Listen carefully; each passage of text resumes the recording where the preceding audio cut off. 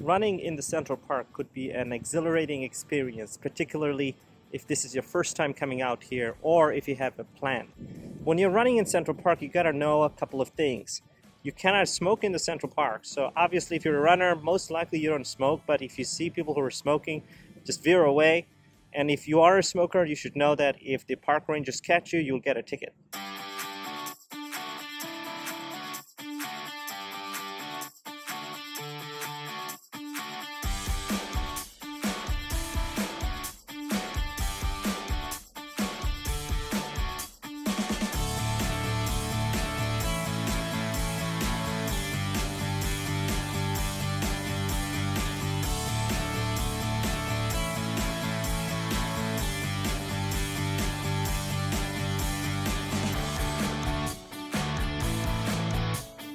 It's 2017 and I've got my gear, gadgets, and goals to run 1,000 miles to overcome my fear of running.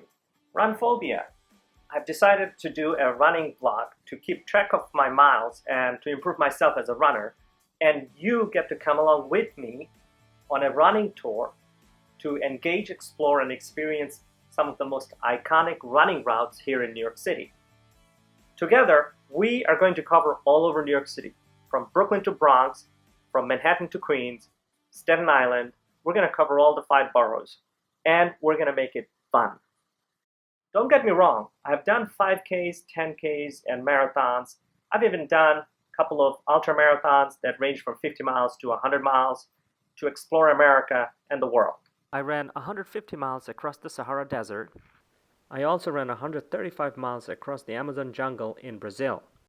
But I haven't done 1,000 miles in one single year. So this makes it a very challenging endeavor. The challenge of running 1,000 miles is extraordinary. So to keep me going and to keep you entertained, we're going to do a couple of things. We're going to do the donut run, the Starbucks run, the ice cream run. Hold on. Did I say donut run? Yes, I did. What is a donut run? In the equation of life and donuts, the donut run is the run between you and donut. It could be as short as a block, or it could be as long as a mile. That's a donut run. I know there are some people out there who are crazy about going on diets and they'll tell you don't eat donuts, but look, at the end of the day, in the future video, I'm going to explain it to you. Each mile you run, you burn 100 calories. So if a donut has 150 to 200 calories, you run 2 miles and you're done. You earned your donuts. That's a donut run. That's a donut run.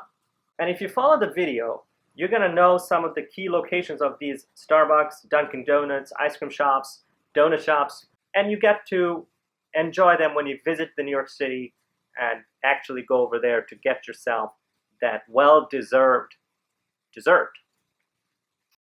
I haven't decided the format of the vlog, but the goal is to make it dynamic. What I mean by that is I may actually have a start timer and an end timer to give you the option to actually not just watch the video, but run with me at your home or at your gym.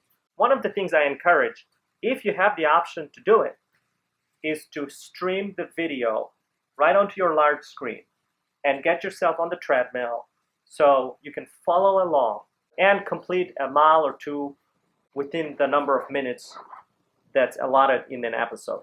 Obviously, it may not be more than a mile or two for many of you, but it's better than nothing, right?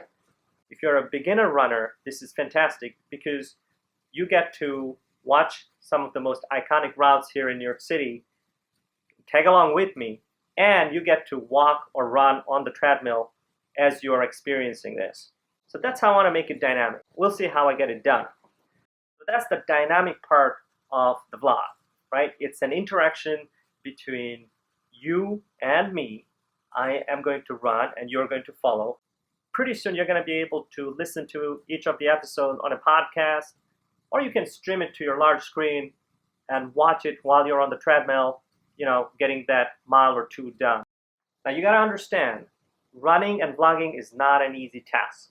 Okay, so it's not going to be a minute-by-minute coverage of the entire run, So let's say it takes me an hour to do 6 miles. it makes no sense to do a full hour vlog. One of the things you have to understand is if you want to be a good runner, you don't go out there and spend thousands of dollars to buy the gear or the gadgets, okay? All you have to do is get yourself the pair of sneakers that you like, which you probably have in your closet somewhere, put them on and go out for a run. You're going to get your miles done by running, not by buying gadgets and gear. Having said that, the most important gear for your running will be your running shoes. So if you're deciding where to spend the biggest chunk of money, right, whatever your goal is, whatever your budget allows, it should be allotted for your running shoes, because having the right pair of running shoes makes the difference between getting a medical bill or enjoying the rest of the week. So that's it for vlog 1. Please subscribe so that you can stay connected and you get to follow me in this journey of 1,000 miles. And if you like the video, it will keep me motivated as I continue to chug along mile after mile. Question for the vlog: what iconic New York City area you want me to run through? Please comment below, and when I run through that iconic area, I am going to give you a shout out. Thank you for watching, and remember, the best running gear is what you have already at home. So dress up, lace up, and go out for a run. I'll see you next time.